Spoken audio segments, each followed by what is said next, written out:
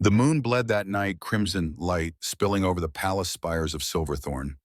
Castle walls carved from ancient stone rose against the mountain backdrop of Olympic Washington, where for centuries the wolf clans had ruled unseen by human eyes.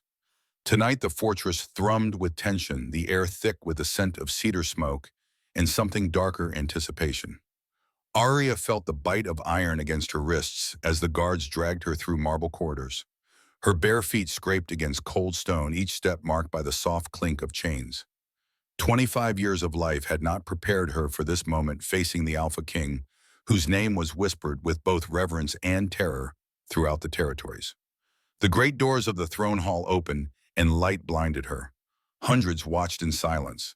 Warriors, nobles, council members, all dressed in ceremonial black, their eyes reflecting the unnatural red glow from the glass dome above. And there upon a dais of obsidian stone sat Marcus Blackwood, Alpha King of the Northern Realms. He wore no crown. He didn't need one. Power clung to him like a second skin, the stillness before lightning strikes. His hair midnight black streaked with silver at the temples framed a face carved from authority itself. He was not young, perhaps 40, but age had only honed the dangerous edge of his appeal. His eyes, steel gray and penetrating, cut through her defiance as though it were mist. The guards forced Aria to her knees before him. Her chains clattered against the marble floor, the sound echoing through the suddenly silent hall. "The Omega refuses to shift, your majesty," one guard reported, his voice carrying through the chamber. "Even under the blood moon's pull." Marcus leaned forward slightly in his throne, his gaze traveling the length of her with cold assessment. The collective breath of the court held. As he studied her, the woman rumored to have killed her mate, an abomination among their kind. "They say you killed your mate," he said finally, his voice deep as thunder yet control contained, ripped out his throat during the blood rite. Aria's heart stuttered, but she didn't flinch. 5 years of running of hiding had taught her to bury fear beneath defiance. "They say many things, your majesty," she replied, lifting her chin despite the weight of chains. "Most of them lies." A murmur rippled through the assembly. From the shadows a woman whispered, "The cursed Omega." The words slithered through the hall like a poisonous snake. Marcus raised a hand and the whispers died instantly. The power in that simple gesture sent a shiver down Aria's spine that she fought to disguise. "Prove it," he commanded. "I already did," she said quietly, each word measured. "By surviving." For a moment, silence wrapped the hall. The king's gaze flickered not with mercy, but with something more dangerous, curiosity. He rose from his throne. The motion was slow, deliberate. Even the guards seemed to hold their breath as he descended the steps. The soft click of his boots echoed louder than any speech could have. Up close, he was impossibly tall, his shoulders broad beneath the black ceremonial coat adorned with silver runes. His scent a mixture of rain-soaked pine and something darker wrapped around her senses, threatening to drown what little composure she had left. Marcus crouched before her, close enough that the chains between them gleamed in reflected moonlight. Aria fought the urge to shrink away. No alpha had ever been this close without violence following. "You don't smell like guilt," he murmured, his voice for her alone. "But you smell wrong." "Wrong," she repeated, her voice trembling despite herself. "Like the moon marked you twice." His gaze drifted to her collar where beneath her tattered shirt lay skin unmarked to the eye, but burning with phantom pain whenever the moon rose high. Her pulse skipped. He couldn't know. No one could know about the silver mark that had appeared after James died, the one she'd tried to burn away with wolfsbane and mountain ash. "Stand," he commanded, rising to his full height. When she struggled with the chains, he motioned impatiently to the guards.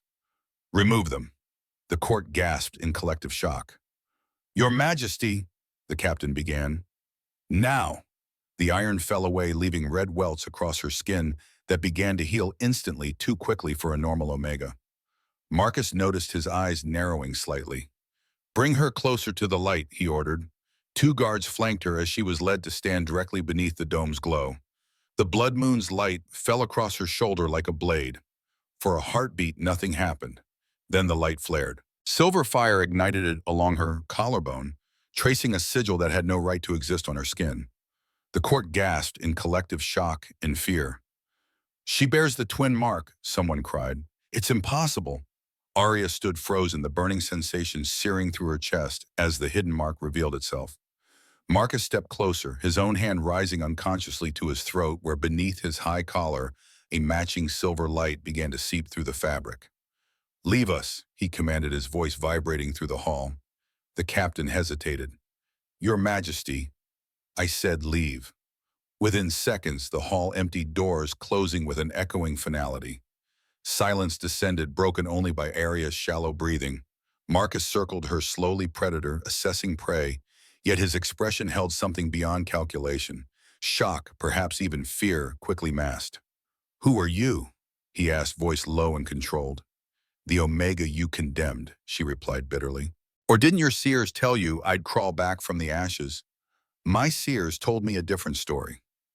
He studied her with unnerving intensity. "That an Omega would appear beneath the blood moon marked with the same curse that binds my line." Aria froze. "You don't believe in prophecy?" "Belief is a luxury for those who don't wear a crown." His voice softened dangerously. "But you walked into my throne room wearing my mark. I can't ignore that." Aria's laugh cracked through the air, bitter as rust. "So what now, execution experiment? You'll flay me open and see if the prophecy bleeds true." Marcus didn't answer immediately. He paced each step, controlled, thoughtful, his shadow elongated by the crimson light above. "No," he said, finally turning toward her. "I'll test your endurance." Her stomach turned cold. "What kind of test?" He looked at her eyes gleaming with an unreadable light. "One that will prove if the moon chose you for me or cursed us both." Aria's heart hammered in her chest, each beat echoing in the empty hall. "And if I refuse, then you'll die," he replied simply, "and I'll never know which it was." The words weren't a threat. They were an inevitability, spoken with the certainty of a man accustomed to having his orders obeyed without question. She met his gaze, defiant even through fear. "You can chain my body, Alpha, but not my will." For the first time, something flickered across his face, admiration or pity. Perhaps both. "You mistake me," he said, stepping back. "I have no interest in breaking what's already been shattered. I only want to see if it still beats." He turned toward the shadows where a tall woman emerged. Elizabeth, the moon priestess, her hands dusted with ash and lavender, her silver robes flowing like water around her ancient form. "Prepare the moon chamber," Marcus commanded. "Tonight we test the prophecy." The priestess bowed deeply. "It will be done, Your Majesty." Aria's pulse thundered. "You can't." "I can," Marcus said. "You wanted freedom. This is your chance." "Freedom?" Her laugh was hollow. "What freedom waits in your bed?" Marcus's expression hardened. "Survive the night, Omega. Then you'll see." Her words died in her throat as the guards returned to escort her away. As they pulled her toward the doors, she caught one last glimpse of him beneath the moonlight and alone, unirritable. His hand pressed briefly against his chest, where a faint matching glow pulsed through his shirt. The same mark. The same curse. When the doors closed behind her, Aria's knees nearly buckled. The air around her throbbed with the scent of sage and blood. In the distance, the priestess began to chant, her voice echoing down the corridor. "One night under the caged moon, one bond born of ruin and blood. Endure or be unmade." The guards led her through spiraling corridors, each turn taking them deeper into the heart of the fortress. Silverthorn Castle had been carved into the mountain itself centuries ago, when the first Wolf Kings claimed the Olympic Peninsula as their territory. Humans never ventured this high into the range, their instincts warning them away from lands ruled by predators far more dangerous than bears. The moon chamber lay at the heart of the palace, a place forbidden to all but the Alpha King and his chosen. Aria had heard whispers of it even as a child, a sanctum, where vows were sealed, not with ink, but with blood and endurance. The corridor was silent except for the muted shuffle of guards and the crackle of torches. Their flames burned blue here, fed by moonstones ground into the oil. Every few steps, Aria caught her reflection in polished obsidian walls, pale skin, bruised mouth, defiant eyes that refused to look away. When they reached the doors carved from black ashwood and bound in ancient glyphs, the guards halted. One of them looked at her not cruelly but pitying. "No one lasts the night," he murmured. Aria tilted her chin upward. "Then you'll have something to gossip about by morning." The younger guard hesitated. "You should pray to Luna for mercy." "Luna hasn't listened to me in years," Aria replied, her voice hollow with truth. The doors groaned open. Cold air poured out, scented with cedar wolf musk and something metallic like rain striking steel. Marcus stood inside his back to her before a hearth-burning silver fire. He was unarmored now, wearing only a loose black tunic and dark trousers tucked into boots. The firelight traced the breadth of his shoulders, the tension in his stance. "Leave us," he said without turning. The guards bowed and vanished. The door shut behind her with the finality of a tomb. Aria flexed her wrists, surprised to find the chains had dissolved completely. She stood unbound in the chamber of the most powerful alpha in the Western Territories, her heart hammering against her ribs. "So," she said, fighting to keep her voice steady, "this is where you bring your prisoners." Marcus finally turned. "Only the ones who matter." His tone was calm, but the words sank into her like hooks. She swallowed hard, taking in the vastness of the chamber. It was domed by glass that opened to the full moon runes pulsing faintly along the floor, arranged in concentric circles that converged on a single elevated platform, his bed carved from dark stone and layered with furs. "I told you," she said, voice low. "I didn't kill him." "I know," her breath caught. "You what?" "I know," he repeated, walking closer. His eyes gleamed silver in the dimness. "But truth doesn't erase what you are." "And what am I?" she whispered. "Marked, claimed by the moon." His gaze intensified. "Bound to me whether either of us wants it or not."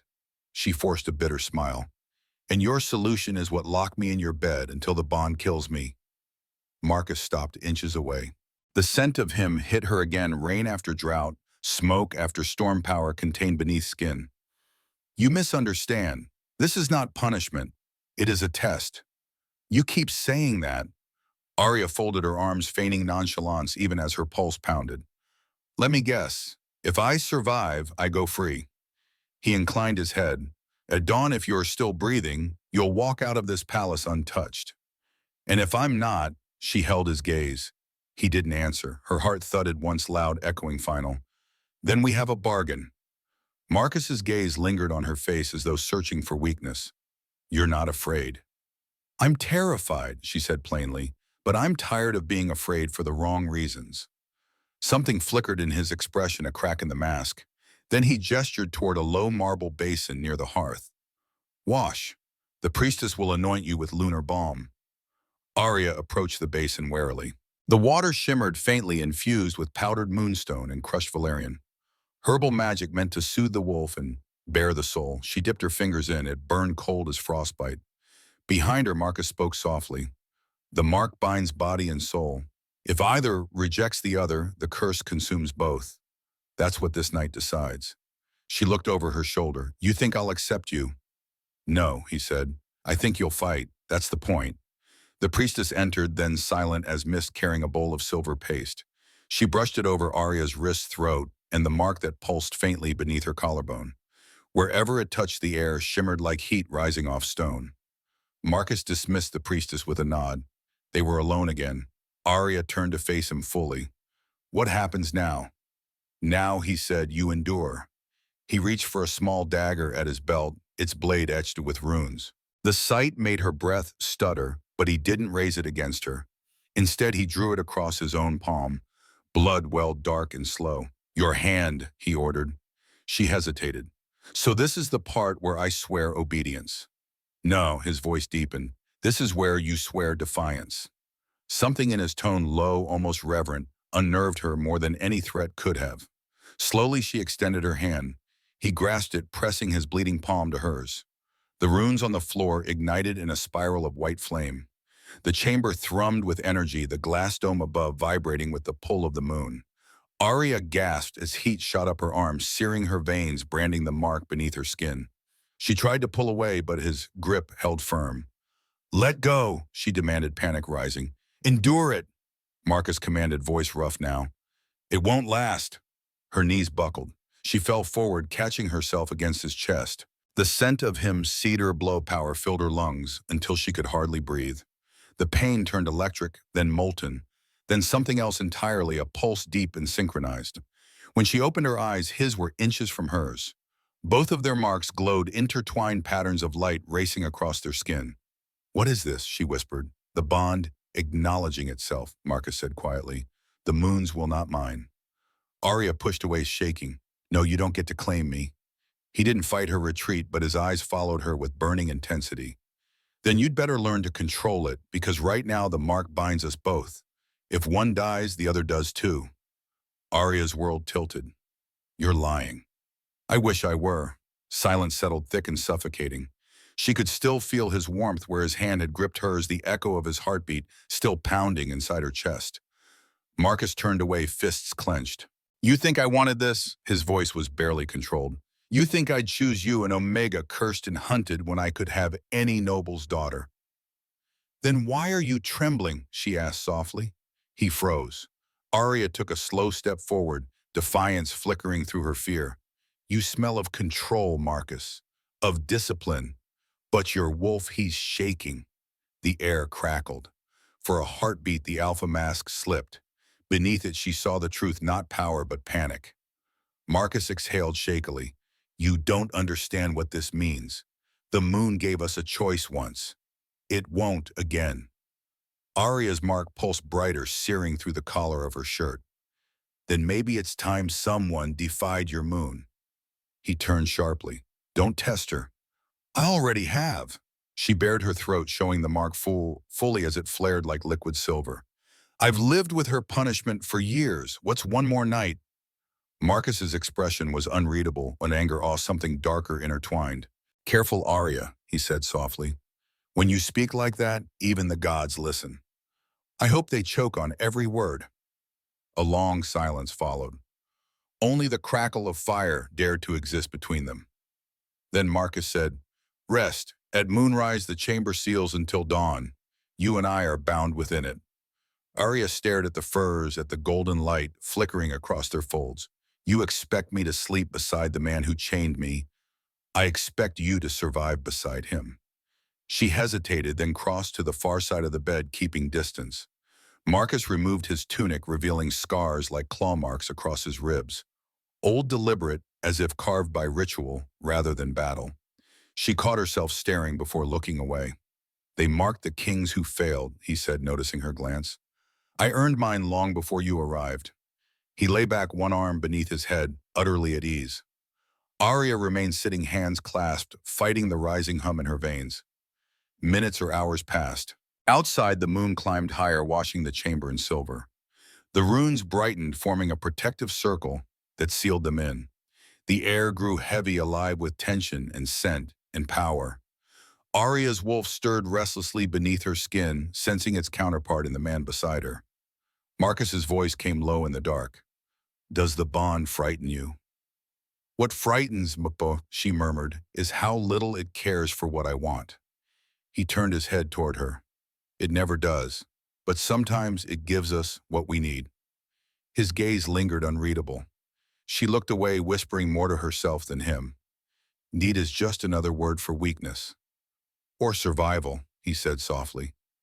A silence followed, thick, fragile. Then faintly thunder rolled across the horizon. The glass dome trembled. Aria's mark flared again, twin to his. Marcus's eyes snapped open. It begins. What begins? The moon's trial. The runes blazed white. A wind howled through the sealed chamber, smelling of blood and prophecy. Aria's pulse raced as the silver fire climbed the walls, spiraling toward them like living flame. Marcus rose from the bed, hand outstretched. Stay with me, he ordered. Aria backed away, the air burning against her skin. I thought this was your test. It is, he said, voice rough. But it tests us both. The light consumed everything, walls, floor, sky, until only their silhouettes remained bound by the same searing glow. And as the chamber dissolved into moonlight, Aria realized the true nature of his bargain. This night was not meant to free her.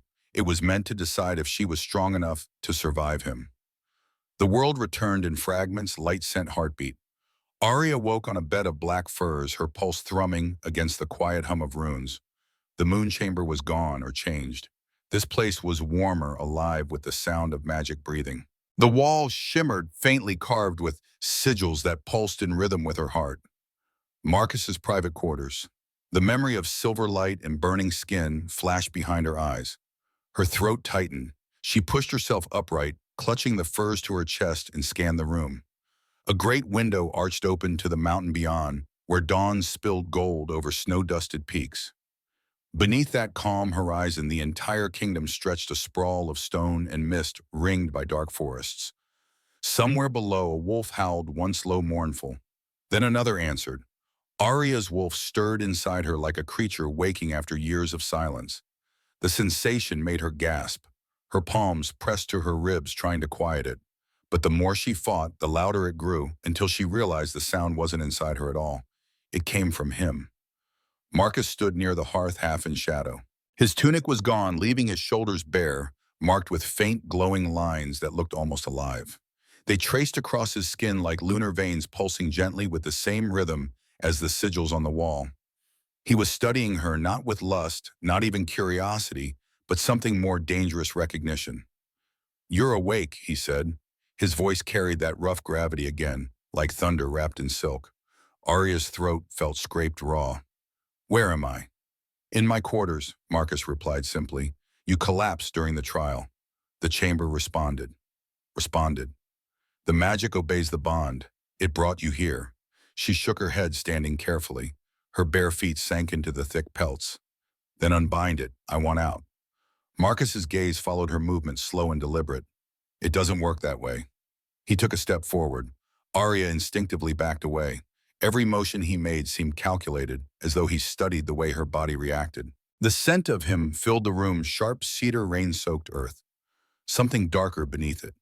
It coiled around her senses until she could taste it on her tongue. Her heartbeat stumbled. "Stop that," she said, voice trembling despite her will. Marcus halted mid-step. "Stop what?" "That whatever you're doing." "I'm breathing," he said softly. "Then breathe somewhere else." His lips curved slightly, the faintest shadow of amusement. "If I wanted to enthrall you, Omega, you'd know. What you're feeling is your wolf recognizing mine." Her stomach dropped. "No, that's impossible." He tilted his head, the faint light catching the silver ring in his left ear. "Did—" Aria swallowed hard. "You don't understand. My wolf, she's gone. She died when your mate did," he finished quietly. The words hit her like a slap. "Don't speak of him." Marcus's expression softened just slightly. "Then don't lie to yourself. The wolf inside you isn't dead. She's waiting." "For what?" "For me." Her hands clenched. "Arrogant bastard." He moved closer, close enough for the air between them to hum. "You can insult me all you like, but it won't change what's happening." The tension twisted, alive and unbearable. Aria could feel it, some invisible thread between them, pulling taut, vibrating through her bones.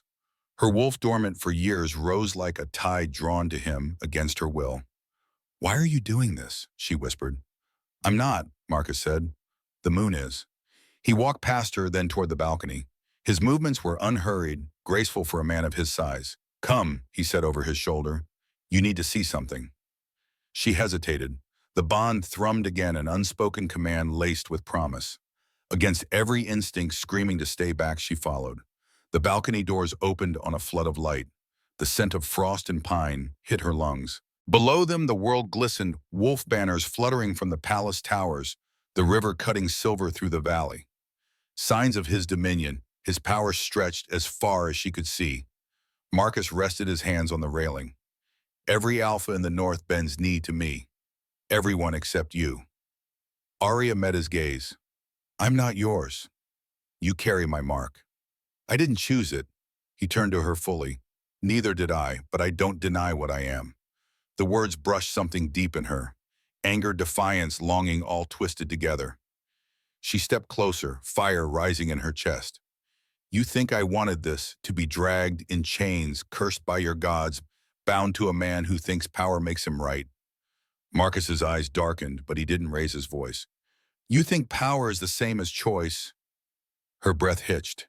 He leaned down, his scent wrapping around her again. "Power is nothing without will," he murmured. "And your will, Aria, burns louder than mine." And the sound of her name in his mouth unmade her. For a moment, the world tilted, the cold air. The glow of runes, the pulse beneath her skin merging with his. "Stop," she said again, but this time the word faltered softer. Marcus's gaze dropped to her throat where the faint mark shimmered. Tell me to stop, and I will. She froze. Her wolf paced restlessly beneath her skin, caught between fear and hunger. When she didn't speak, he drew back slowly, exhaling through his nose. The moment broke like glass underfoot. Rest, he said, turning toward the hearth. The bond will test you again before nightfall. Aria stood rooted. You talk as if this is normal, as if binding a woman to your scent is natural. Marcus's mouth twisted. Nothing about this is natural. You think I want this curse to feel another heartbeat echo inside mine. Every touch between us feeds the mark. The more we resist, the stronger it grows. His honesty shook her more than any threat could have. She crossed her arms. Then maybe one of us should die. Marcus looked at her, really looked. You tried that once, and yet here you stand. The words struck something buried deep, and for the first time she saw it in his eyes too. Not arrogance, not command, but exhaustion. The silence that followed wasn't empty. It was heavy with understanding neither wanted to name. Aria turned away first. I don't need your pity. You'll have to settle for my protection then, he said quietly. Before she could respond, the walls shivered. The runes dimmed. A sound low and guttural echoed from somewhere beyond the chamber. A howl closer this time, threaded with pain. Marcus stiffened. They're early. Hoot Bem, the southern packs. They sensed the bond. Aria's pulse spiked. You said no one knew. They always know. The moon's chosen never hides for long. He strode to the door, grabbing his sword from the wall. Its hilt was black and silver, engraved with lunar sigils. Stay here. The wards will protect you. Aria's wolf surged inside her, again fierce and unyielding. No. Aria, he said firmly. I said no. The word rang through the room like thunder. For a moment, the runes blazed back to life, answering her defiance. Marcus stopped mid-step, his eyes narrowing. You felt that, didn't you? He asked quietly. She stared at her hands where faint silver threads glowed beneath her skin. What is it? Your wolf, he said softly. She's waking. Aria's breath came fast, uneven. I told you she's gone. She's not, Marcus said. She was waiting for me to call her. He stepped toward her again, slower this time, voice low and certain. You feel it. The pull. The heat in your blood. That's not my doing, that's you. Aria's vision blurred. The world tilted between fear and desire. The scent of him, sharp, storm-rich, intoxicating, filled her lungs until she could hardly think. Why does it hurt? She whispered. Because we're resisting the bond, Marcus murmured. Because we're still pretending we're enemies. Their eyes met, something in her cracked wide open. The howl came again, louder now, rattling the window panes. Marcus looked toward the horizon, jaw tightening. They're here. Who? The ones who want your blood. Aria's wolf snarled within her, answering the call. Marcus's sword gleamed as he unsheathed it, moonlight catching along the blade. Stay behind me. The air grew thick with power. The walls trembled. Aria's heart hammered as she stepped closer to him, the bond pulsing between them like lightning trapped in skin. Outside, shadows gathered beyond the snow-lit peaks. Wolves, dozens of them circling the palace like ghosts. Marcus's voice was calm, steady, but his eyes burned silver. You wanted freedom, Omega. To earn it, you'll have to fight for it. Aria's throat tightened. With you, with me, he said, turning his gaze toward the doors as the first snarl echoed through the hall. Or not at all. From the courtyard below came the sharp clash of steel against steel. Marcus moved to the window, his body tense with readiness. Aria followed, drawn by something stronger than fear. Through the glass, she saw them, wolves with black fur and eyes burning red, larger than any natural animal. They swarmed the outer walls, some shifting between forms, wolf and man, and something in between. The southern packs, Marcus explained, voice tight, led by Richard Ravencrest, the Alpha Regent. Why are they attacking now? Aria asked, watching the chaos unfold below. Marcus turned to her, his expression grave. Because the prophecy is awakening. They've felt it, the bond between us growing stronger. Before she could ask more, the chamber doors burst open. A tall man in battle armor strode in, blood streaking his face. Blake Marcus's beta and captain of the Royal Guard. His expression was grim. They've breached the eastern gate, Blake reported. The regent demands your presence in the courtyard. Marcus's jaw tightened. He has no right to demand anything of me. He says he comes for the Omega. Blake's gaze flickered to Aria. Says she belongs to him by ancient right. Marcus stepped in front of her, a low growl building in his chest. She belongs to no one. Aria noticed the slight contradiction. Moments ago he had been claiming her through the mark, and now he denied anyone's claim, including his own. The complexity of the man before her deepened. Your father once valued Richard's counsel, Blake reminded him carefully. Perhaps my father is dead. Marcus cut him off, and his mistakes died with him. The howls grew closer. The glass in the windows trembled with their force. If I face him, Marcus said quietly, it will mean war. War is already here, Blake replied. Better to meet it head on. Marcus turned to Aria, his expression unreadable. Stay in this room. The wards will hold against anyone but another Alpha King. I won't hide while you fight my battles, she countered. Something flashed in his eyes, respect perhaps. This isn't your battle, not yet. He moved to a cabinet near the bed and withdrew a silver dagger, offering it to her. Take this, it's infused with moon silver. It will harm even an alpha. Aria accepted the weapon, feeling its weight balanced perfectly in her palm. I've never killed anyone, despite what they say. For a moment, Marcus's expression softened. I know. With that, he turned and strode from the room, Blake at his heels. The door closed behind them, and Aria was alone with the rising sound of battle and the unfamiliar stirring of her wolf beneath her skin. She crossed to the window, watching as Marcus emerged in the courtyard below. Even from this distance, his power was palpable. Wolves from both sides parted before him, creating a path through the chaos. And there, waiting at the center of the courtyard, stood a figure in black armor, his hair white as bone, his eyes gleaming gold even at this distance. Richard Ravencrest, the Alpha Regent of the Southern Territories. Aria pressed closer to the glass, straining to hear their exchange. The words were lost to distance, but the tension was clear. Two apex predators circling, testing for weakness. Then, without warning, Richard shifted. His form exploded outward, becoming a massive black wolf with red markings like blood across his face. The wolf lunged at Marcus with impossible speed. Marcus didn't evade. He met the attack head-on, and as they collided, his own transformation began. His body didn't simply shift, it erupted into something far beyond a normal wolf. Silver fire coursed over his skin, burning away humanity. In his place rose a wolf of impossible size, its fur black as midnight, but streaked with silver light that seemed to burn from within. Its eyes were twin moons, fierce and terrible. Aria gasped, her hand flying to her chest where the mark burned in response. The bond between them flared, and suddenly she could feel his rage, his focus, his determination, emotions flowing through her as if they were her own. The two alpha wolves clashed in a fury of teeth and claw, their battle shaking the very foundations of the castle. Where Marcus's silver-streaked wolf moved with calculated precision, Richard's attacks were wild, brutal, seeking to overwhelm rather than outmaneuver. And then she saw it. Blake, Marcus's trusted beta, circling behind his king, a blade drawn that gleamed with unnatural black light. Betrayal. Without thinking, Aria ran from the chamber, the dagger clutched in her hand. The wards flared as she passed through them, recognizing her blood, her mark. She raced down corridors she'd never seen before, guided only by instinct and the pull of the bond. Her wolf was fully awake now, lending her speed and strength she'd forgotten she possessed. The mark at her collarbone burned like a star, leaving a trail of silver light in her wake.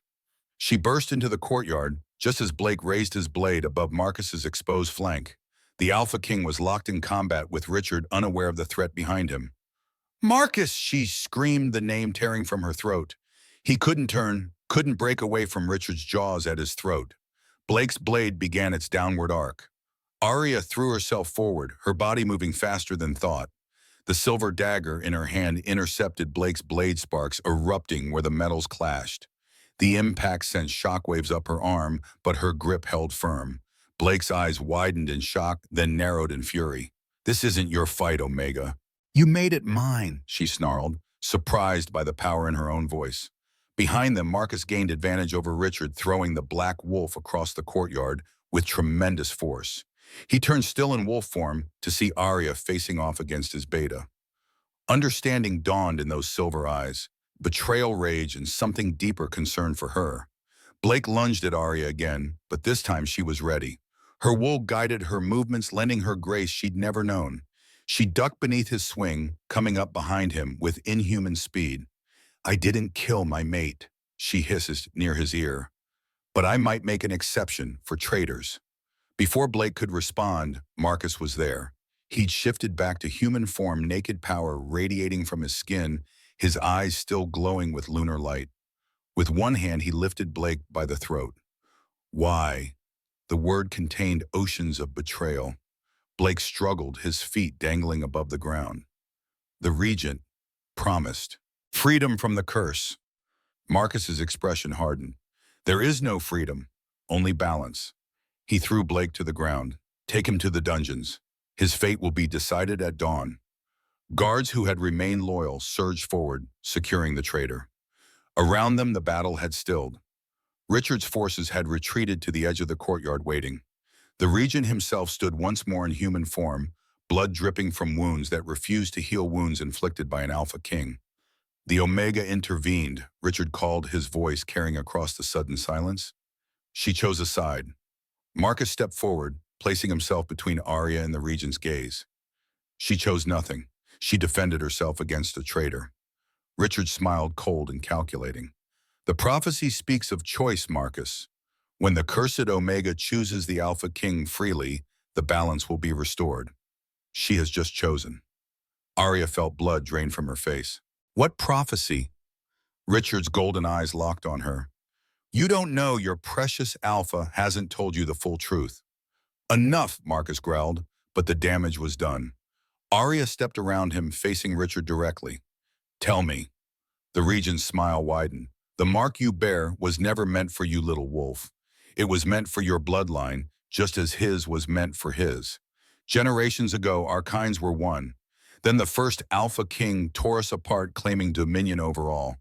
The goddess cursed him. His line would suffer until a true equal restored balance."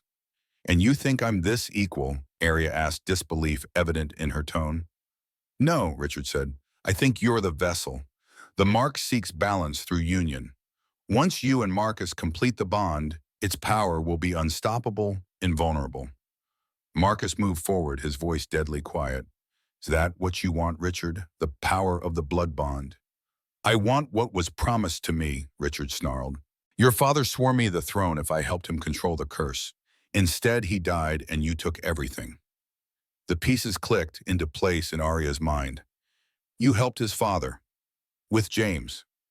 Richard's expression shifted, surprise quickly masked. "Clever little Omega. Yes, I helped bind your first mate to the curse. A failed experiment." Rage built inside her, white-hot and blinding. Her wolf howled in response, no longer content to remain beneath her skin. For the first time in 5 years, she felt the change coming, bones shifting, senses sharpening, humanity giving way to something more primal. "Aria," Marcus warned, sensing her intent. "Not here." But it was too late. The shift took her smooth and painless in a way it had never been before. Where once there had been a woman, now a wolf stood smaller than the alphas. But her fur was pure white, marked with silver runes identical to those on Marcus's wolf. A white wolf, an impossibility among their kind. White wolves were legends, healers, and seers of the ancient world thought extinct for centuries. Richard took a step back, genuine fear crossing his features. "Impossible!" The white wolf Aria snarled, advancing on him. Every step she took left silver footprints burning on the stone.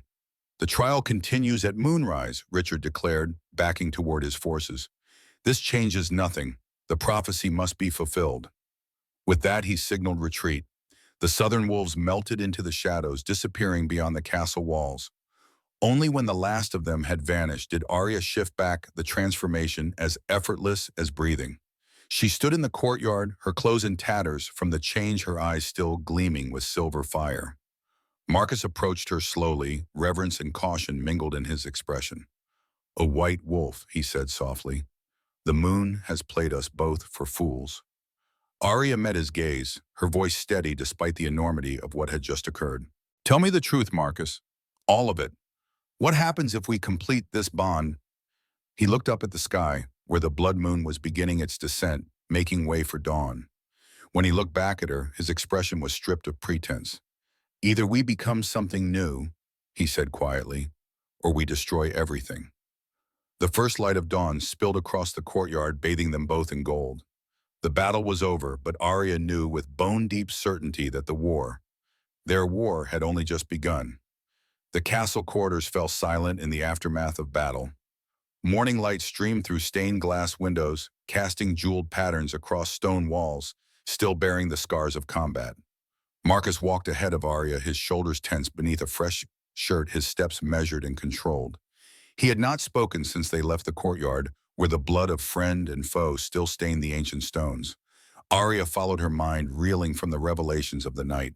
The white wolf inside her, a creature of myth awakened by danger and betrayal, now rested just beneath her skin, alert and watchful. Her tattered clothes had been replaced with a simple gray tunic and leather breeches borrowed from a female guard whose eyes had widened at the sight of her silver-marked skin.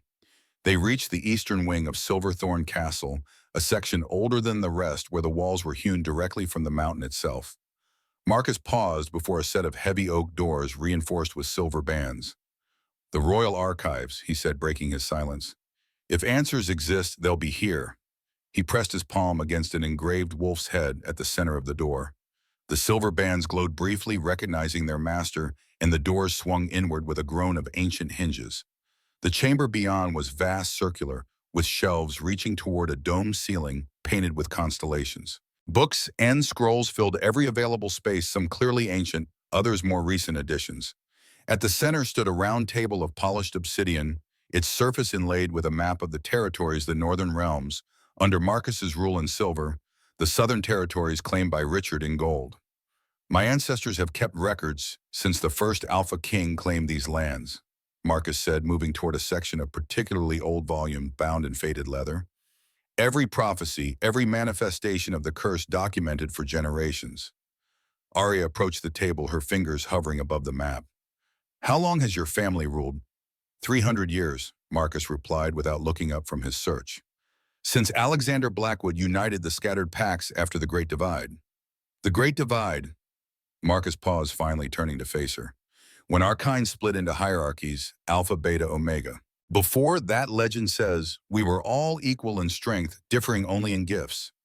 Aria considered this, thinking of her white wolf form. "Is that why Richard fears me? Because my wolf shouldn't exist?" "White wolves were healers," Marcus said, his voice softer now. "They could mend body and soul.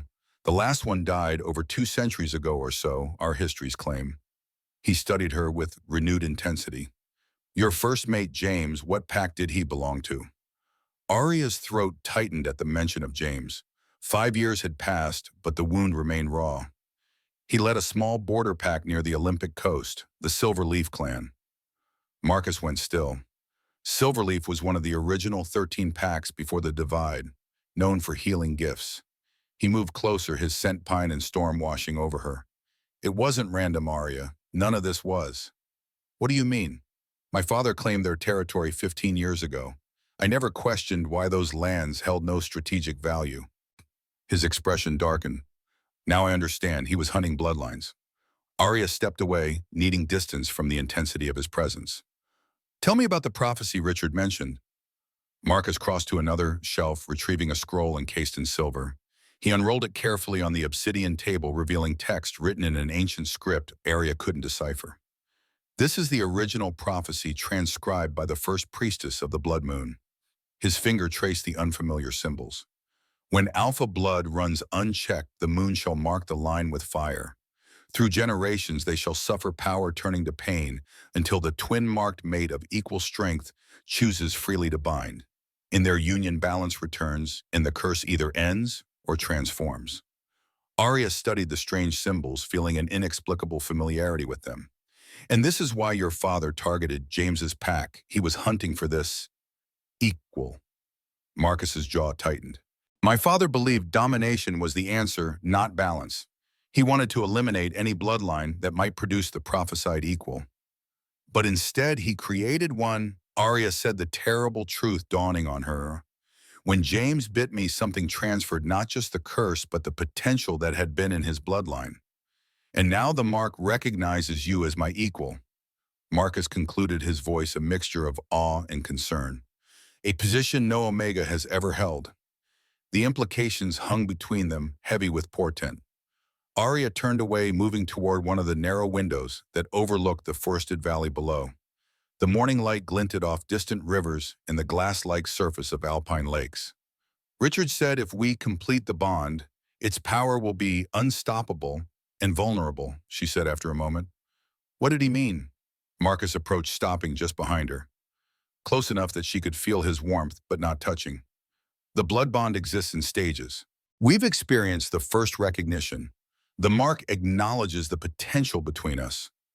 And the next choice, he said simply, both parties must accept the bond willingly. And after that, his silence made her turn. His gray eyes had darkened, pupils dilated slightly. Consummation. The word hung in the air between them, charged with meaning. Aria felt heat rise to her cheeks, unbidden and unwelcome. That's what the night in your chamber was meant to test, she realized. Not if I could survive you, but if I would choose you.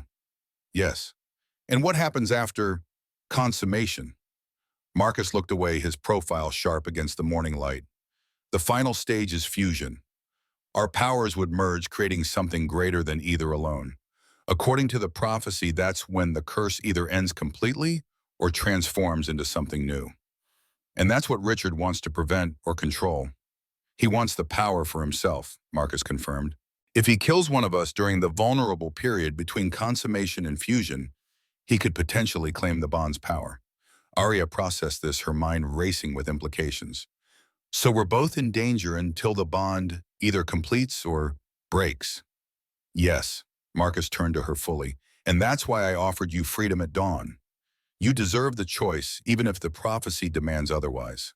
The admission surprised her. In the chaos of battle and revelation, she had forgotten his promise, survive the night and walk free. Yet dawn had come and gone, and here she remained. I'm still here, she said quietly. By choice, he asked, something vulnerable flickering beneath his controlled exterior. Before she could answer, the doors to the archive burst open. Elizabeth, the Moon Priestess, entered with urgency in her ancient eyes. Your Majesty, she bowed quickly, the prisoner requests an audience. He says he has information about the Regent's plans. Marcus's expression hardened. Blake has betrayed us once. Why should I trust anything he says now? Because, the priestess said carefully, he claims the Regent plans to force the bond's completion tonight with or without your consent. Aria's blood ran cold. How? I don't know, Elizabeth admitted, but the blood moon reaches its zenith tonight. Its power will be at its peak. Marcus exchanged a glance with Aria, silently questioning. She nodded once. Bring him to the throne room, Marcus ordered, under heavy guard. As the priestess departed, Aria felt her mark warm against her skin, responding to the tension in the air. Marcus noticed her discomfort. The bond grows stronger with proximity and shared purpose, he explained. It's trying to push us toward completion. Can it be resisted? For a time, he said, but eventually it will demand resolution one way or another. The implication hung between them as they made their way to the throne room.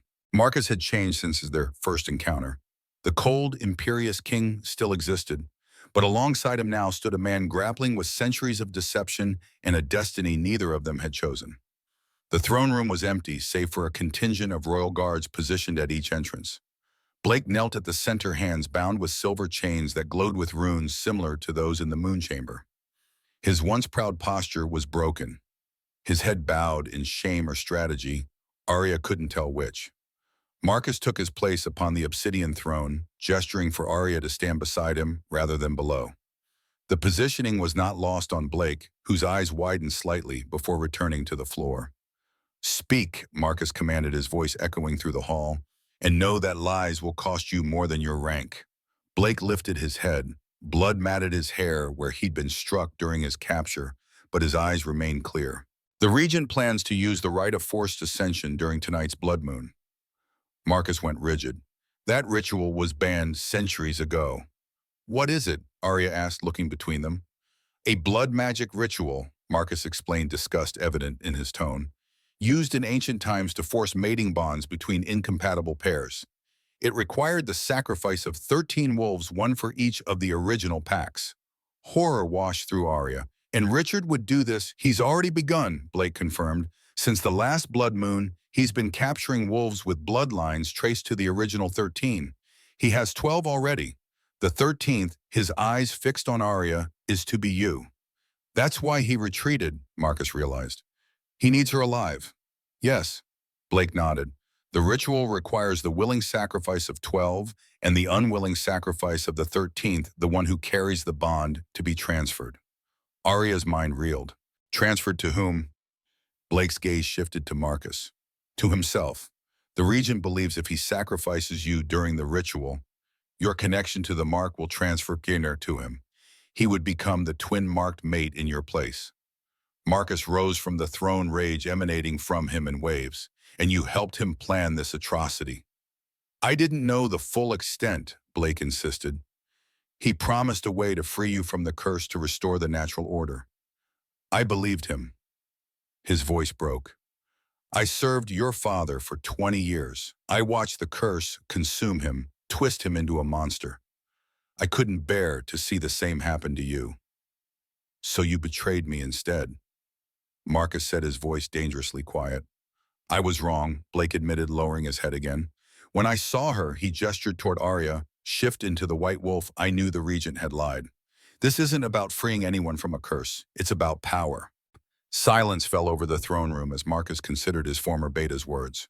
Aria watched him carefully, seeing the conflict between the king who demanded absolute loyalty and the man who understood desperate choices. Where will the ritual take place? Marcus finally asked. The ancient circle at Moonshadow Peak, Blake replied. The highest point in both territories where the blood moon appears closest to the earth. Aria had heard of Moonshadow Peak, a jagged summit that marked the border between the northern and southern territories. Even humans avoided it, claiming the air there was too thin to breathe, the winds too treacherous to navigate. For wolves, it was sacred ground, neutral territory where the original pacts had been forged. And when does Richard plan to begin this ritual? At moonrise, Blake said. When the blood moon first appears on the horizon, the sacrifice must conclude at the exact moment the moon reaches its zenith. Marcus turned to Aria, his expression grave. That gives us less than 12 hours to prepare. Prepare for what? She asked, though she already knew the answer. War, he said simply. After dismissing Blake, who remained under guard, but was moved to more comfortable quarters in recognition of his information, Marcus called a council of his remaining trusted advisors. Warriors and elders gathered in the war room, where the obsidian table now displayed a detailed map of Moonshadow Peak and the surrounding terrain. Aria stood at Marcus's side, uncomfortably aware of the speculative glances directed her way. Word of her white wolf form had spread quickly through the castle, becoming more elaborate with each telling. Some now claimed she had healed a dozen wounded warriors with a single touch. Others whispered she had communicated with the moon goddess directly. The Regent will expect us to attack frontally, Marcus was saying, indicating the main path up the mountain. He'll have his forces concentrated here at the Widow's Pass. An older warrior with a scar running down his face, General Thorn Aria had learned, shook his head. The pass is the only approach large enough for a fighting force. The other paths are little more than game trails. Then we don't use a large force, Marcus countered. A small team can approach from the western ridge here. He pointed to a nearly vertical incline on the map. That's a death climb, Thorn protested. Even for wolves. Not for all wolves. Marcus's gaze shifted to Aria. White wolves were known for their ability to traverse impossible terrain. The council turned to her expectantly. Aria swallowed hard, uncertain. Her transformation had been instinctual, driven by rage and the need to protect. She had no idea what abilities her white wolf form might possess beyond what had already manifested. I don't know if I can do that, she admitted. I've only shifted once. Marcus's expression softened just slightly. You won't be alone. A commotion at the door interrupted the council. The priestess Elizabeth entered, her silver robes flowing around her like quicksilver, her ancient face lined with urgency. Your Majesty, she bowed, there's something you must see. She approached the table, placing a small wooden box before Marcus. The container was simple, unadorned, except for a single rune carved into its lid, the same mark that Aria and Marcus both bore. This was delivered by a raven, Elizabeth explained. A messenger bird touched by magic, it bypassed all our wards. Marcus opened the box carefully. Inside lay a small object wrapped in black silk. He unwrapped it to reveal a silver ring set with a blood-red stone. James's ring. Aria gasped, recognizing it immediately. The ring had been a family heirloom passed down through generations of the Silverleaf clan. She had buried it with him after his death. Beneath the ring lay a message written in an elegant, slanting hand. The White Wolf's mate awaits reunion. Come alone to Moonshadow Peak before moonrise, or what remains of him will be the first sacrifice. Aria stared at the message in confusion. This is impossible. James is dead. I buried him myself. Not necessarily, Elizabeth said softly. There are ways dark magic to preserve a soul at the moment of death. If the regent was present when James died, he could have captured his essence, Marcus finished, disgust evident in his voice. Another violation of ancient law. Aria felt sick. The thought of James, kind, gentle James, trapped between worlds for 5 years was unbearable. We have to help him. It's a trap, Thorne stated flatly. The regent wants to separate you from the king. Of course it's a trap, Marcus agreed, his eyes never leaving Aria's face. But that doesn't change our obligation. His use of our rather than your wasn't lost on her. Despite everything their forced bond, the prophecy, the curse, he recognized her connection to James as valid, as deserving of honor. If we go together, Aria began, but Marcus shook his head. The message is clear. You alone or James becomes the first sacrifice. He turned to the council. We need a new strategy. For the next hour, they debated options.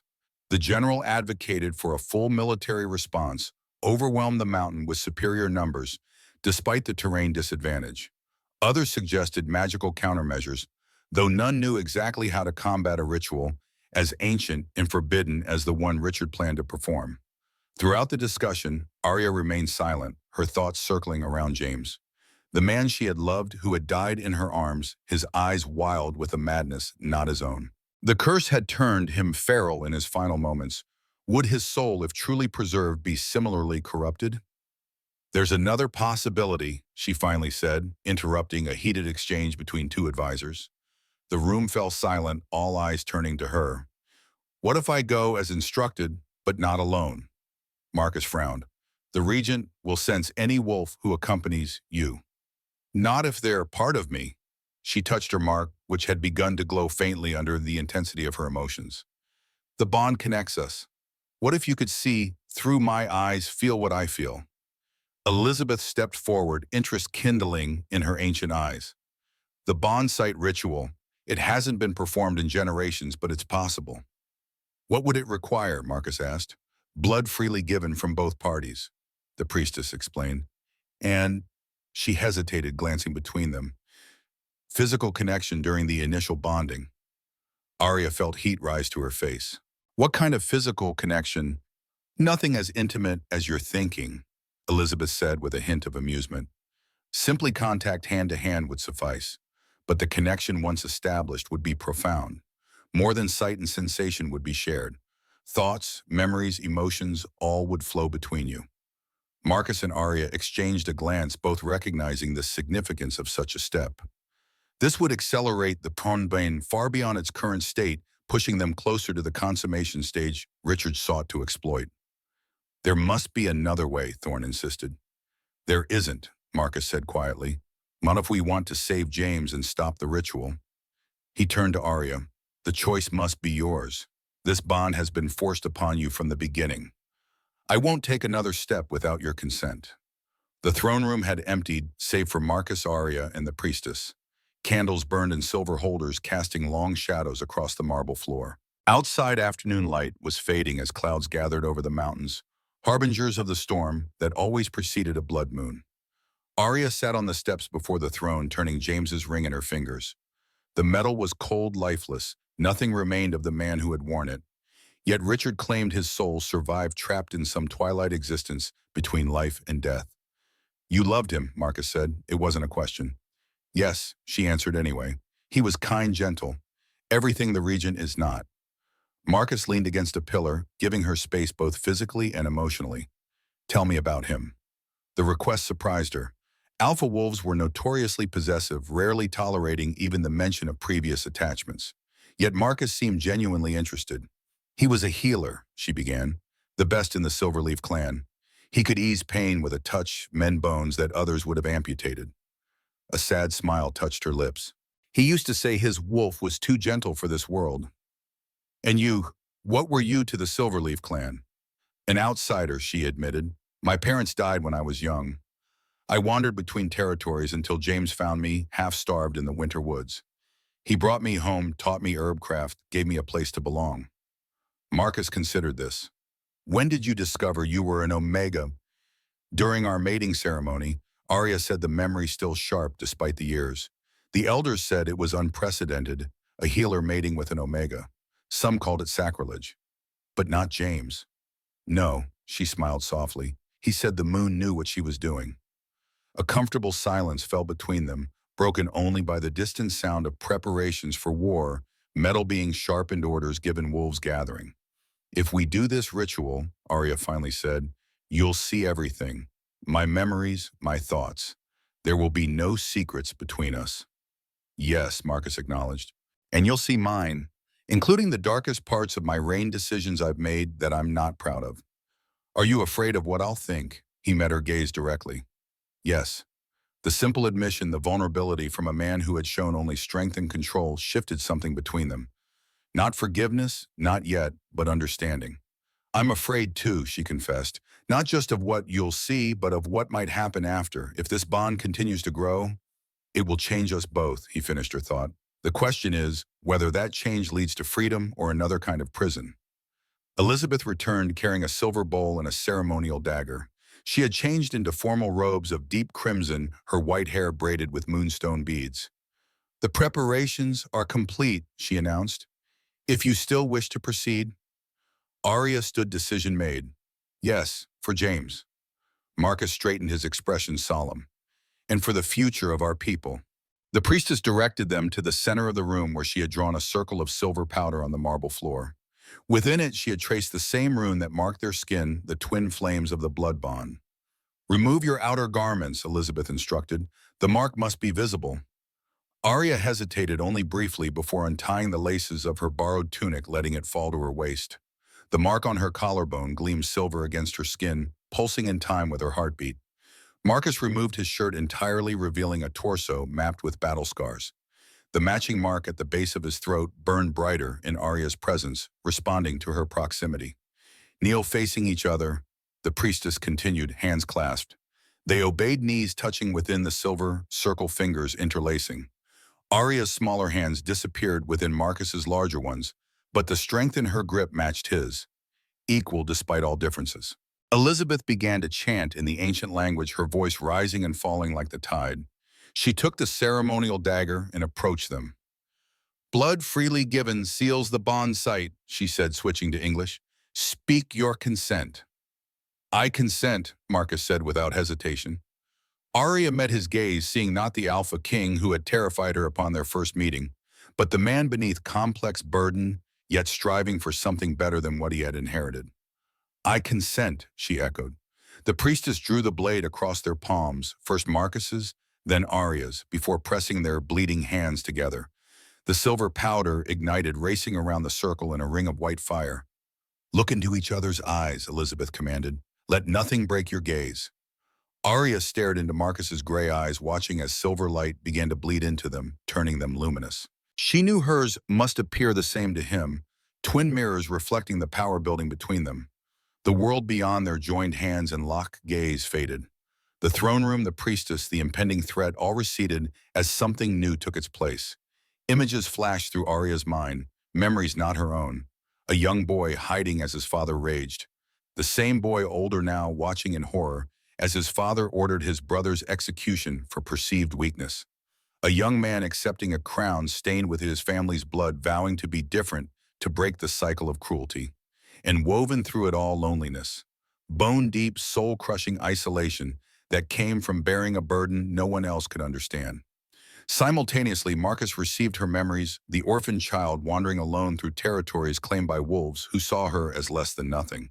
The joy of finding acceptance with James and his clan. The horror of watching madness overtake the gentle healer, turning him feral in his final moments.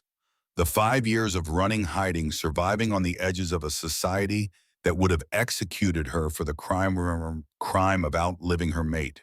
Their shared pain spiraled between them, amplified by the ritual, until it became nearly unbearable. Aria's grip tightened on Marcus's hands, her nails digging into his skin. His jaw clenched, tendons standing out in his neck as he fought to maintain their connection through the onslaught of emotion.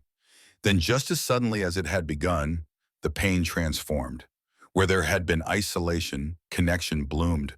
Where there had been fear, understanding grew. Not erasing the past, but creating context for it, a framework that allowed both of them to see beyond their own limited perspectives. The silver fire climbed their arms, tracing veins and arteries until it reached their joined marks. When the flames touched the twin sigils, a shockwave of power erupted between them, throwing them backward to the edges of the circle. Aria gasped, her vision blurring as new sensations flooded her consciousness. She could feel the weight of the crown as if it rested on her own head, the responsibility for thousands of lives pressing down with crushing force. She could sense every wolf in the castle, their loyalties and fears, an intricate web stretching from the throne. Across from her, Marcus blinked rapidly, adjusting to his own new perceptions. His hand rose to his chest, where he could feel an echo of her heartbeat alongside his own. "It is done," Elizabeth announced, her voice seeming to come from a great distance. "The bond site is established." Aria looked down at her palm, where the cut had healed completely, leaving a thin silver scar in the shape of their shared mark. She could feel Marcus in her mind now. Not intrusive, but present, like a door that stood open between two rooms. "Can you see?" she asked aloud, though she could have simply directed the thought toward him. "Yes," he answered, similarly choosing spoken words. "It's overwhelming."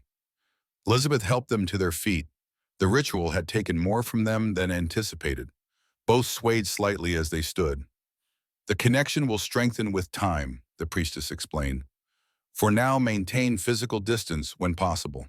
Too much contact could accelerate the bond beyond the bond site stage." "Into consummation," Marcus clarified, his voice carefully neutral. "Yes," Elizabeth nodded, "which is precisely what the regent hopes to force tonight." Aria retrieved her tunic, pulling it back over her head. The fabric felt unusually sensitive against her skin, her senses heightened by the ritual. "How long before I need to leave for Moonshadow Peak?" she asked. Marcus consulted the position of the sun through the windows. 3 hours until sunset. The blood moon will rise shortly after." "Then I should prepare," Aria said, trying to project confidence she didn't fully feel. As she turned to leave, Marcus caught her arm gently. The contact sent a jolt through both of them, the bond flaring in response. "Aria," he said, his voice low and intense. "You won't be alone.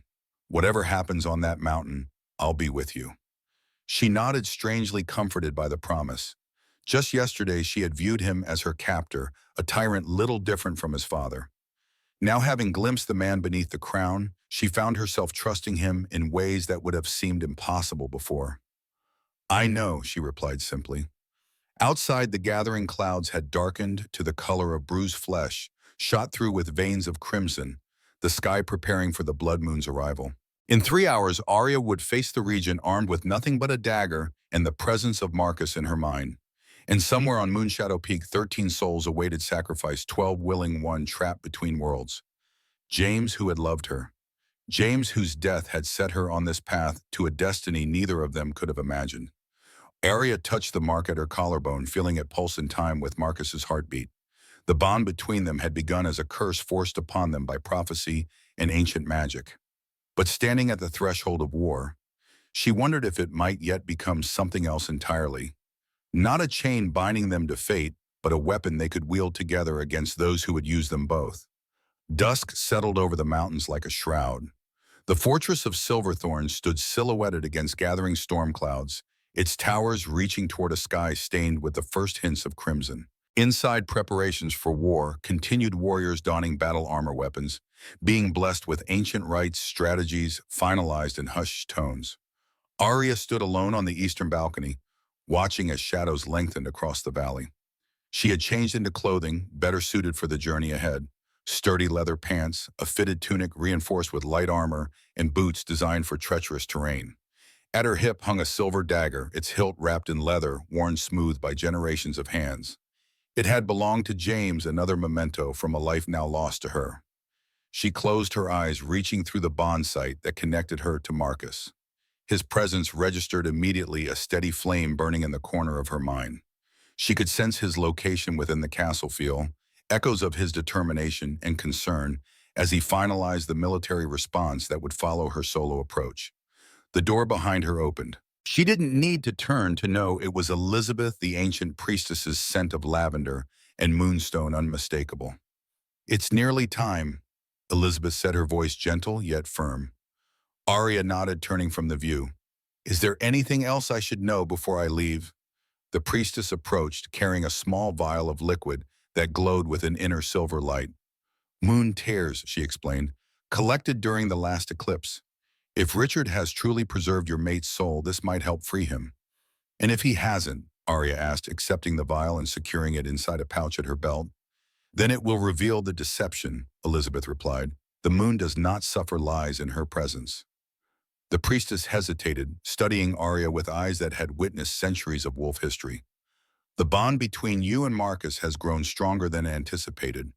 The ritual merely opened a door, you both have walked through it willingly." Aria felt heat rise to her face. The connection had indeed deepened throughout the day. Stray thoughts and emotions flowed between them with increasing ease. Twice she had felt his presence so strongly she had turned, expecting to find him behind her. "Is that dangerous?" she asked. "All power has its dangers," Elizabeth said cryptically, "but also its purpose." A knock at the door interrupted them. Blake entered, still under guard but no longer in chains. His face bore the shame of his betrayal, yet his posture had regained some of its former pride. "Your escort is ready," he announced with a formal bow to Aria. She raised an eyebrow. "I'm supposed to go alone." "To the base of Moonshadow Peak," Blake clarified. "The king would not have you travel that far unprotected." Aria wanted to argue but felt Marcus's gentle press against her consciousness, an unspoken request for her to accept this small measure of protection. She sighed and nodded her consent.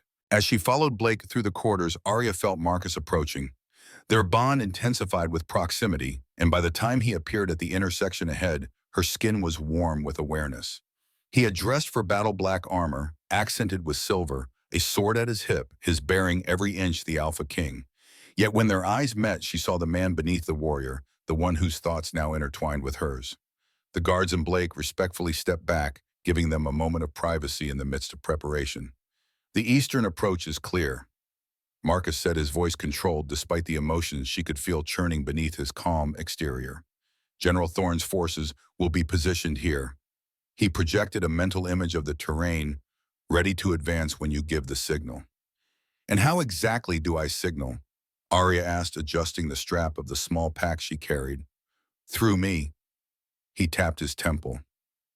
"What you see, I see. What you feel, I feel," she finished. The intimacy of their connection still unnerved her, though less than it had hours ago. "And if the bond is somehow blocked at the mountain, then we proceed with the original plan," Marcus replied. "My forces attack at moonrise regardless." Aria nodded, then asked the question that had been troubling her since they'd formulated this strategy. "And James, if his soul truly is trapped, as Richard claims?" Marcus's expression softened slightly. "Then we free him, whatever it takes." His willingness to help the man she had once loved, a man whose memory should by all wolf instinct provoke jealousy in an alpha, touched her deeply. She felt his sincerity through their connection, his genuine desire to right the wrongs his father and Richard had perpetrated. "Thank you," she said simply. He reached out, hesitated, then gently clasped her shoulder. Even this brief contact sent ripples through their bond, strengthening the connection. "Remember, Aria, whatever happens on that mountain, you're not facing it alone." The moment stretched between them, heavy with unspoken emotion. Then Marcus did something unexpected. He leaned forward and pressed his forehead against hers, an ancient gesture of trust among wolves more intimate than any words. "Come back to me," he whispered, his voice rough with emotion he rarely displayed. Aria closed her eyes, absorbing his strength, his scent, his silent promise. "I will." When she stepped back, Marcus had regained his composure, his king's mask sliding back into place. But something had changed between them. A line crossed, a choice made. "Until moonrise," he said, his voice carrying the weight of command once more. "Until moonrise," she echoed. Outside, 4 wolves waited in the courtyard, 3 in wolf form, massive, battle-scarred creatures with eyes that reflected intelligence and determination, and 1 in human form, holding the reins of a midnight black horse. Blake stood nearby, his posture stiff with unspoken regret. Without further ceremony, Aria mounted the horse and urged it forward. The massive gates of Silverthorn opened before her, revealing a world transformed by the approaching blood moon. The forest beyond the castle glowed with unnatural crimson light, and the very air seemed to pulse with ancient magic awakening. As her small party descended into the valley, Aria felt Marcus's presence in her mind, a silent companion observing through her eyes, lending her strength through their shared bond. Whatever awaited on Moonshadow Peak, she would not face it alone. The journey through the valley proceeded in tense silence. The wolves flanked her horse, alert for any sign of ambush, while Aria kept her senses tuned to both the physical world around her and the mental connection with Marcus. Through it, she could feel the castle receding behind her, the distance stretching their bond like an elastic cord, not weakening it, but making her more conscious of its presence. As they approached the foothills of Moonshadow Peak, the landscape changed. Ancient pines gave way to twisted, stunted trees that seemed to writhe in the crimson twilight. The air grew thinner, charged with electricity that raised the hair on Aria's arms. "The boundary is just ahead," Blake said, speaking for the first time since they departed. He pointed to a line of black stones embedded in the earth markers as old as the wolf clans themselves. Aria reined in her horse, studying the terrain beyond. The trail wound upward through increasingly barren slopes, eventually disappearing into mist near the summit. No sign of Richard's forces yet. She could sense them, a prickling awareness of eyes watching from hidden vantage points. "This is where we part ways," she told her escorts, dismounting. The lead wolf, a gray-muzzled veteran named Ronan, shifted to human form. His naked body was a map of battle scars, his eyes sharp with concern. "The king ordered us to wait here until moonset," he said. "If you haven't returned by then follow your orders," Aria interrupted gently. "But remember, the priority is stopping the ritual, not retrieving me." Ronan looked as though he wanted to argue, but instead bowed his head in reluctant acknowledgement. "May the moon guide your path, White Wolf." The title, spoken with genuine respect rather than mockery, surprised her.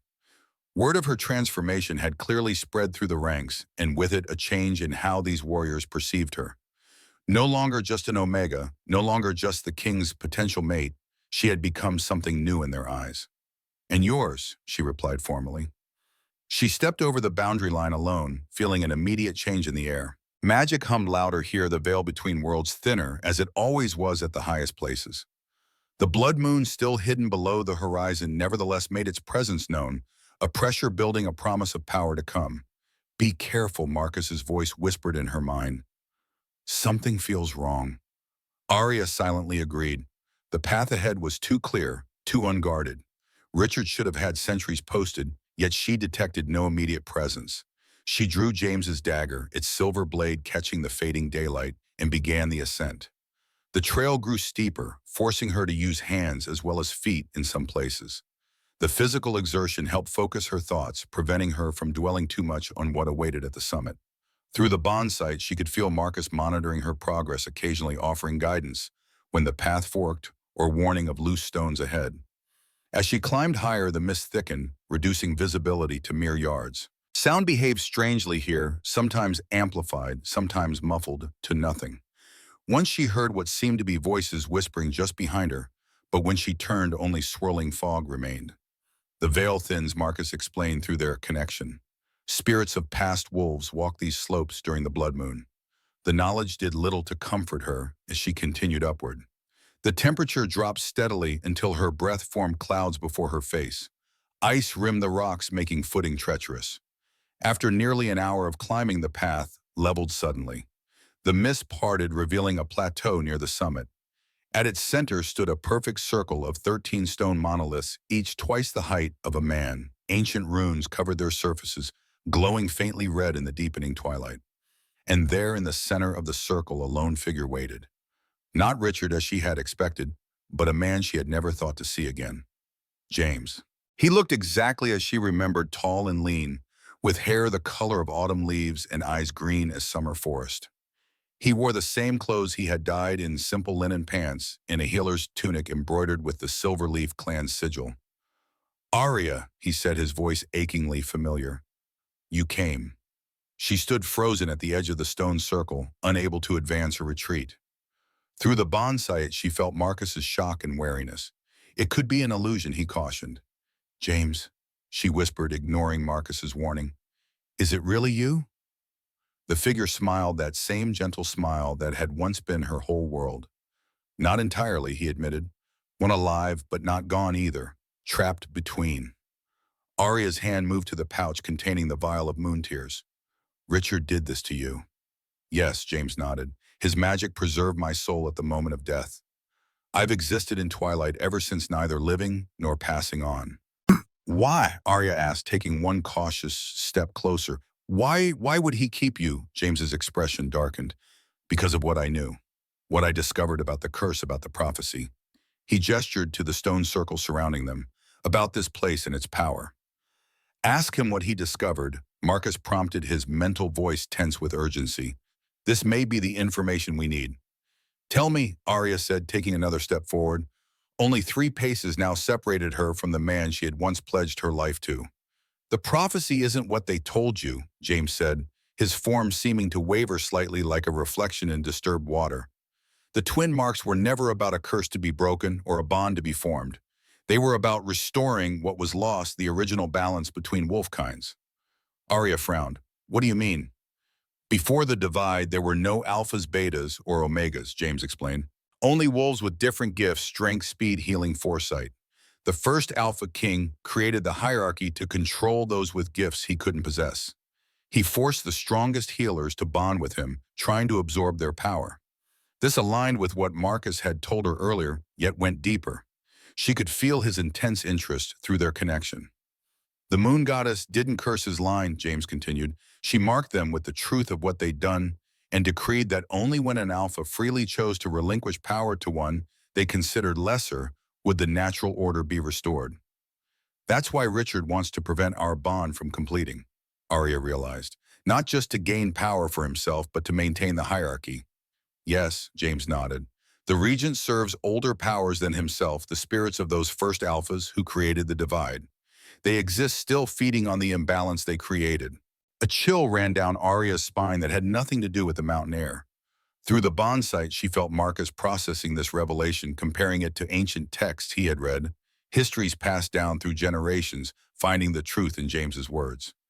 How do we free you? She asked, stepping closer still. James smiled sadly. You know how, Aria, you've always known. She reached for the vial of moon tears but hesitated. Something wasn't right. The James she had known would have asked about her life, would have expressed joy at seeing her again, would have shown some emotion beyond this strange detached sadness. It's not him. Marcus's certainty resonated through their bond. Not entirely. Aria uncorked the vial but didn't immediately approach. If you are James, my James, then you'll remember the promise we made beneath the old willow tree, the words only we shared. The figure's smile faltered momentarily, then smoothly, of course, we promised to follow each other through all seasons in this life and beyond. Cold dread filled Aria's stomach. Those weren't their words. Their promise had been simpler, more personal, and to always find laughter even in the darkest times.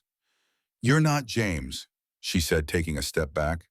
The figure's appearance wavered more violently now, like a reflection in wind-blown water. I am part of him, but it admitted. What Richard preserved was not his whole soul, but fragments, memories, knowledge enough to serve a purpose. And that purpose is to lure me here, Aria concluded, anger rising within her own. To save what remains of me, the figure projected. The ritual Richard plans will consume what's left of my soul entirely. With the moon tears you could free me. Aria hesitated, torn. This wasn't truly James yet. It contained pieces of him. Memories, knowledge, perhaps even fragments of the spirit she had loved. Could she turn her back on even this shadow of him? Aria Marcus's voice came with gentle urgency. Look around you. Really look. She forced herself to tear her gaze from James's familiar face and survey their surroundings more carefully. The stone circle, which had appeared empty at first glance, now revealed its secrets as her eyes adjusted to the deepening twilight. At the base of each monolith lay a wolf, 12 in total, each bound with silver chains etched with runes. They appeared unconscious, their chests barely rising and falling with shallow breaths. Preparations for the sacrifice positioned so carefully she had overlooked them entirely. "The ritual has already begun," she whispered, horror dawning. "Yes," the James figure acknowledged. "Richard merely awaits the rising of the blood moon, and you." "Where is he?" Aria demanded, gripping her dagger tighter. As if summoned by her question, a slow clapping sound echoed across the plateau. Richard Ravencrest emerged from the mist beyond the stone circle, his white hair gleaming in the twilight, his golden eyes fixed on Aria with predatory interest. "Well done," he said, his aristocratic voice carrying easily through the thin air. "You've explained it all so thoroughly, James. Or what remains of James." The figure inclined its head in acknowledgement, its appearance stabilizing somewhat now that the deception was revealed. "I'm impressed you came alone," Richard continued, addressing Aria directly. "Marcus must trust you implicitly, or perhaps he's grown tired of the burden his bloodline carries." Aria said nothing, letting Richard believe she had indeed come without backup. Through the bond sight, she could feel Marcus monitoring the situation, his forces already beginning their silent approach up the mountain's other side. "What exactly do you hope to achieve?" she asked instead, playing for time. "Even if you complete this ritual, even if you somehow claim the power of our bond, the prophecy speaks of choice. You can't force what must be given freely." Richard smiled, the expression never reaching his eyes. "An interesting interpretation. But prophecies are such malleable things. The words remain the same, but meaning shifts with perspective." He circled her slowly, keeping a cautious distance. "I've had centuries to study this particular prophecy, Aria.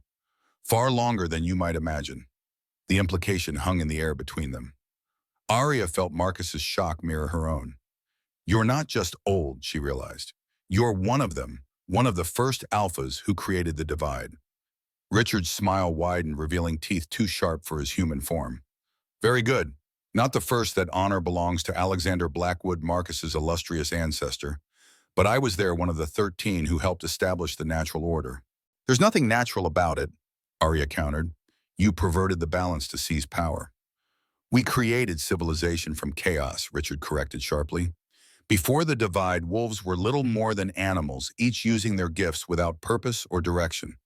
We gave structure, meaning, progress.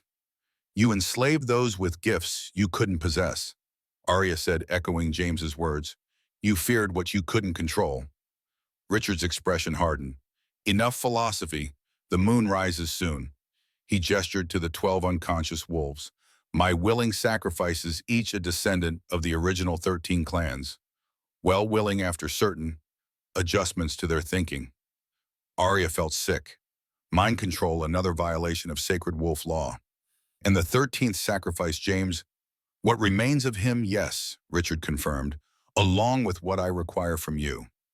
"And what's that?" Aria asked, though she already suspected the answer. "Your mark," Richard said simply. "Carved from your flesh at the moment the blood moon reaches its zenith." Through the bond sight, Aria felt Marcus's rage building like a storm. His forces were positioning themselves, awaiting her signal or any indication of immediate threat. "You understand, of course," Richard continued conversationally, "that your cooperation is purely optional. The ritual requires only your mark, not your consent." "Then why the elaborate deception?" Aria nodded toward the James figure, which remained motionless, watching their exchange with empty eyes. "Why not simply take me by force?" "Because the bond magic responds to emotion," Richard explained. "Fear, anger, these make the mark burn brighter, make its power more accessible." His golden eyes gleamed with cruel amusement. "Hope, however, hope, followed by despair, that creates the purest reaction. The most potent magic." As he spoke, more figures emerged from the mist, at least 20 of Richard's elite warriors positioned strategically around the stone circle. They were partially shifted, caught between human and wolf forms, their clawed hands and elongated jaws designed for maximum damage. Aria assessed her options, which were rapidly dwindling. She was outnumbered, outmatched in raw strength. Marcus's forces were still too far away to intervene immediately.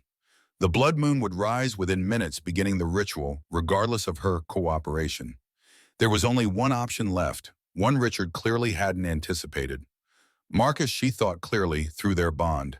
"I need to complete the shift." His concern flooded back immediately. The White Wolf, are you sure you can control it? No, she admitted, but it's our only chance to disrupt the ritual. She felt his hesitation, then his acceptance. Do what you must. My forces are in position. When you shift, we attack. Aria took a deep breath, centering herself. The White Wolf had emerged once before in a moment of extreme emotion. Now she needed to call it forth deliberately with purpose and control. The blood moon rises, Richard announced, pointing to the horizon where a sliver of crimson had appeared. Take her. Two warriors advanced on Aria. She closed her eyes, reaching deep within herself to where the White Wolf waited. She felt its power dormant, but aware, watching through her eyes, sensing her need. Come, she called to it silently. We need you. The change began differently than any shift she had experienced before. Instead of the painful breaking and reforming of bones, this transformation flowed like water, one form melting seamlessly into another. Silver light erupted from her skin so bright, the advancing warriors faltered, shielding their eyes. When the light faded, the White Wolf stood in Aria's place, larger than before, its fur inscribed with glowing silver runes, its eyes twin moons of pure light. Power radiated from it in waves that made the very air shimmer. Richard took an involuntary step backward, genuine fear flashing across his face for the first time. Impossible, he whispered. The White Wolf bloodline was extinguished centuries ago. The wolf Aria regarded him silently. Through the bond sight, she remained connected to Marcus, but her perceptions had changed. She could see beyond the physical now auras surrounding each living being, threads of power connecting the stone monoliths, and strangest of all shadows clustered around Richard that didn't belong to his physical form. The ancient spirits he served, the first alphas, clung to him like parasites feeding on his life force, even as they granted him unnatural longevity. Their presence was a corruption, a blight on the natural order they claimed to uphold. Richard recovered quickly from his shock. Kill it, he commanded his warriors. The ritual can proceed with the mark intact even if the vessel is dead. The warriors charged. In response, Aria let out a howl unlike any wolf sound, pure crystalline, carrying the harmonics of moonlight itself. The sound struck the charging warriors like a physical force, sending them staggering backward. Simultaneously, Marcus's forces crested the ridge, 30 elite warriors led by the Alpha King himself. They poured onto the plateau like a black tide, engaging Richard's stunned forces before they could recover. At their center, Marcus had shifted to his wolf form, massive, black as night, with threads of silver racing through his fur like lightning. He moved with deadly precision, cutting a path directly toward Aria. The battle erupted across the stone circle, but Aria had a different target. She bounded toward the monoliths where the 12 sacrifices lay unconscious. Using teeth and claws with surgical precision, she severed the silver chains binding the first victim, a young female wolf whose ancestry Aria somehow knew traced back to the healing clans. The moment the chains broke, the runes on the nearest monolith dimmed. Richard noticed immediately. Stop her, Baker, he roared, abandoning his position to charge directly at Aria. Before he could reach her, Marcus intercepted him, their massive forms colliding with enough force to crack the stone beneath them. Ancient enemies locked in combat at last. Aria continued her work, freeing a second sacrifice, then a third.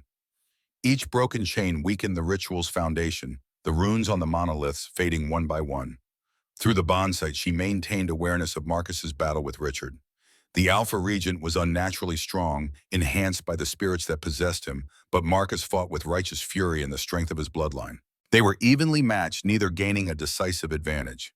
As Aria freed the sixth sacrifice, Richard managed to throw Marcus aside long enough to focus his attention on her again. He raised his hands, golden light gathering between them, ancient magic forbidden and corrupt. You cannot stop what was set in motion centuries ago. White Wolf, he snarled. The divide is the natural order. It will be maintained. He hurled the golden energy directly at Aria.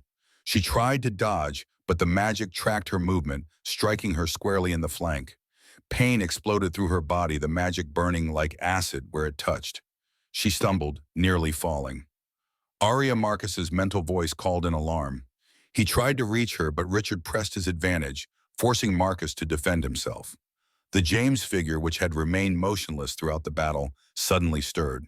It approached Aria as she struggled to rise, its form flickering more violently now, as the ritual destabilized. The vial, it said urgently, the moon tears, they can counteract his magic. Aria looked up at the fragment of her former mate, uncertain whether to trust it. But through the bond sight, she felt Marcus's assessment. The James figure was fighting Richard's control using what little independent will it possessed to help her. The vial had remained in the pouch at her belt when she shifted the magic of her transformation, preserving both. With careful control of her massive wolf jaws, she extracted it, then looked questioningly at the James figure. "Break it on the central altar," he instructed, pointing to a flat stone at the heart of the circle. "When the blood moon's light touches the tears, their power will be released." Richard, sensing their intention, roared with rage. He redoubled his attack on Marcus, driving the Alpha King backward with a series of brutal strikes. Then, gathering his power once more, he sent a wave of golden energy sweeping across the battlefield, knocking friend and foe alike to the ground. Only Aria, protected somewhat by her white wolf form, remained standing. She staggered toward the central altar, the vial clutched carefully between her teeth. The blood moon had risen fully now, its crimson light bathing the mountaintop in an otherworldly glow. Richard advanced on her, his human form beginning to slip, revealing something ancient and monstrous beneath. "I cannot be defeated by a mere Omega," he growled, voice distorting. "I am eternal. I am the architect of the world, you know." Marcus struggled to his feet, shifting back to human form as he summoned the last of his strength. "You're nothing but a relic," he called to Richard. "A parasite feeding on the pain of others." Richard whirled toward him, momentarily distracted. It was the opening Aria needed. She lunged forward, reaching the altar just as Richard turned back to her. With her last strength, she crushed the vial against the stone. The moon tear's liquid, silver light spilled across the ancient surface, just as the blood moon's rays touched the altar. A reaction like silent lightning followed. Silver light exploded upward in a column that pierced the crimson sky. The light spread outward in rippling waves, washing over the battlefield. Where it touched Richard's warriors, they collapsed, the unnatural partial shift reversed. Where it touched Marcus's forces, wounds closed, strength renewed. And where it touched Richard himself, the effect was catastrophic. He screamed a sound of both rage and terror as the ancient spirits that had sustained him for centuries were torn from his flesh. They became briefly visible, 13 ghostly figures in ancient garb, their faces masks of fury and disbelief. "No," Richard howled, reaching for them as they dispersed like smoke and wind. You promised eternity." His body began to age rapidly, centuries catching up to him in moments. Skin withered, muscles, atrophied bones became brittle. Within seconds, what remained of Richard Ravencrest was little more than a desiccated husk that crumbled to dust upon the stone. The James figure approached the altar, where Aria stood, its form more stable now in the moon tear's light. "Thank you," it said simply. "Now I can finally rest." Aria shifted back to human form, the transformation as effortless as the first. Naked and exhausted, she reached toward what remained of her first love. "James," she whispered, "I'm sorry I couldn't save you." "You did," he replied, smiling that gentle smile she remembered so well. "This fragment held just enough of me to remember what was important to help you when the moment came." His form began to dissolve into motes of silver light. "Be happy, Aria. Find the balance the world has lost." With those words, he faded completely, the last remnants of his soul finally free to move beyond the veil. Marcus approached, also returned to human form, his body bearing new scars from the battle, but his eyes clear and focused. Without a word, he removed his cloak and wrapped it around Aria's shoulders, protecting her from both the cold and the eyes of others. "It's done," he said, his voice carrying the quiet certainty of a king who had faced his greatest battle and emerged victorious. Around them, the battlefield had stilled. Richard's surviving warriors had submitted, kneeling with heads bowed before the victorious Alpha King. The 12 sacrifices were being tended to by Marcus's healers, weak but alive. The stone circle, which had pulsed with malevolent energy earlier, now stood silent, ancient, but no longer imbued with corrupted power. Marcus turned to his assembled warriors, his voice carrying across the mountain. "Tonight we witness the end of a tyranny that has lasted centuries. The regent has fallen. The old powers are broken." Aria stood beside him, and when he extended his hand to her, she took it without hesitation. Their fingers intertwined, silver light racing between them where their skin touched. "The time has come," Marcus continued, "for a new kind of strength. Not the strength that dominates, but the strength that balances. Not the power that divides, but the power that unites. He looked at Aria, and through their bond she felt his next words before he spoke them, his declaration not just to his warriors, but to his kingdom, to the ancient powers that had sought to keep them apart. From this night forward, there will be no Alpha without Omega, no strength without healing, no rule without wisdom. The divide ends now. A murmur ran through the assembled wolves, some uncertain, some awed, but none challenging. They had witnessed too much this night to doubt the power of what stood before them, an alpha king and a white wolf bound not by force but by choice. It's over, Marcus said quietly to Aria. Richard is gone, but the divide remains. The imbalance he fought to protect still exists. Aria looked up at the blood moon, still hanging crimson in the night sky. Not entirely, she replied. Richard is gone, but the divide remains. The imbalance he fought to protect still exists. Marcus followed her gaze upward, understanding dawning in his eyes.